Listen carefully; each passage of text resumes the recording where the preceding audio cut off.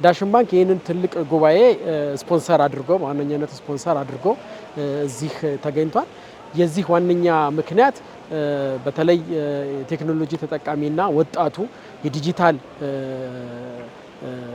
ኢኮኖሚውም የዲጂታል ፕሮዳክቶች ተጠቃሚ ስለሆነ እኛም ደግሞ እንደ ዳሽን ባንክ የዲጂታል ፕሮዳክቶችንን ሱፐር አፕን ይዘን እዚህ ተገኝተናል። ዛሬ ደግሞ ይሄ ትልቅ አጋጣሚን በመጠቀም የአፍሪካ ተጽዕኖ ፈጣሪዎችን ለተሻለ አፍሪካ ተጽዕኖ ለተሻለ አፍሪካ በሚል መሪ ቃል ነው እየተከበረ የሚገኘው። እዚህ ላይም ዳሽን ባንክ ደግሞ ተገኝቶ ስፖንሰር አድርጎ ምርቶቹንም እያስተዋወቀ ነውና ዳሽን ጥበብን ይደግፋል፣ ጥበብ ደግሞ ዳሽንን ትደግፋለች።